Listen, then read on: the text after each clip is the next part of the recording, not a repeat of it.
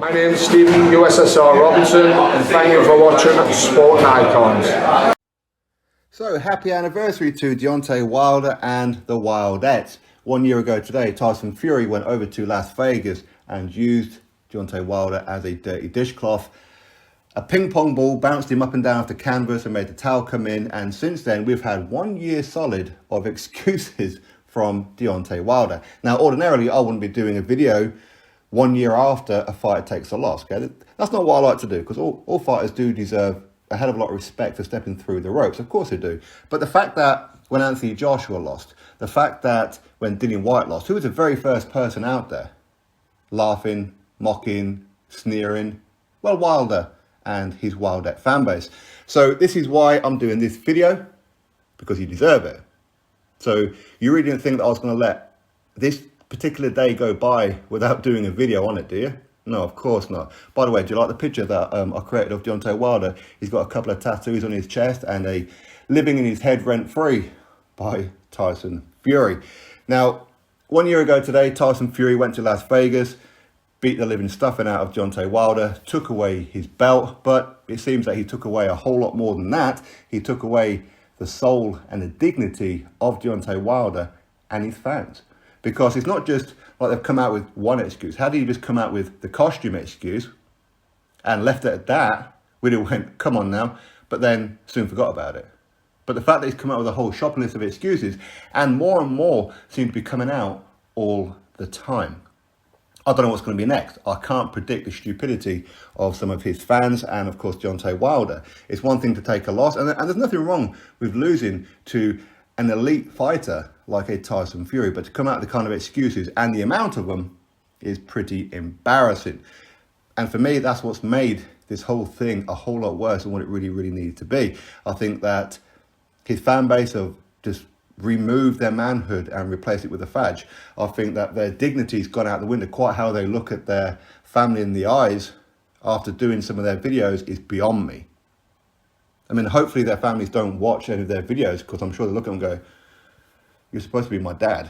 You're supposed to be my husband. What's wrong with you? Because it's embarrassing. Truly embarrassing. So, happy anniversary to Deontay Wilder and the Wildettes. I think that 1 year on, I don't think I've ever seen a fan base still talking about a loss 1 year on. So congratulations to you all. You guys have made Deontay Wilder a laughing stock. Wilder has made himself a laughing stock. His stock has dropped dramatically. Because not only did he lose badly, but clearly didn't want the rematch. Didn't activate it in the sense of he let the contract expire. His team let it expire. Again, more excuses about that, of course. You know what? I think Deontay Wilder's made a career out of excuses. Reasons why he didn't fight for Undisputed against Vlad Klitschko. Because he's still a baby, still a prospect, according to his manager in Shelly Finkel.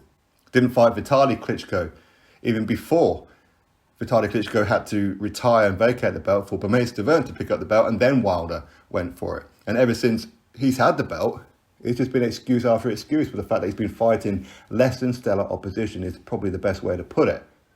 And the moment that he finally stepped up, he gets absolutely destroyed. I've said it before, I'll say it again, don't ever tell me Luis Ortiz is. Maybe in time, Luis Ortiz may do something, so we go, oh, actually, that was a very good win. But Luis Ortiz, again, he's got a career of turning down big fights. He's turned down multiple offers from Dillian Whyte. He turned down a $7 million offer from Anthony Joshua. This is a guy who hasn't beaten anybody. Let's be honest, he hasn't beaten anybody. Deontay Wilder cherry-picked Tyson Fury the first time round. He went badly wrong. Even John Fury said anybody who fights Tyson Fury at that particular time should have beaten Tyson. His body was soft, he was unconditioned, he was still out of shape, he was ring rusty, he didn't have the gas tank, all that kind of thing. And Wilder still couldn't do it. In the rematch, decimation. Pure decimation. The decimation was that bad that Fury hit Wilder that bad, and his fans, that they went back in time 18 months to the first fight to look for excuses. And now they've kind of morphed the first fight and the second fight together, to the point they can no longer distinguish between the two. They can't separate either fight. You're an absolute jokers, absolute jokers. You really are. Drop your thoughts below, click thumbs up, subscribe. Happy anniversary, Deontay Wilder.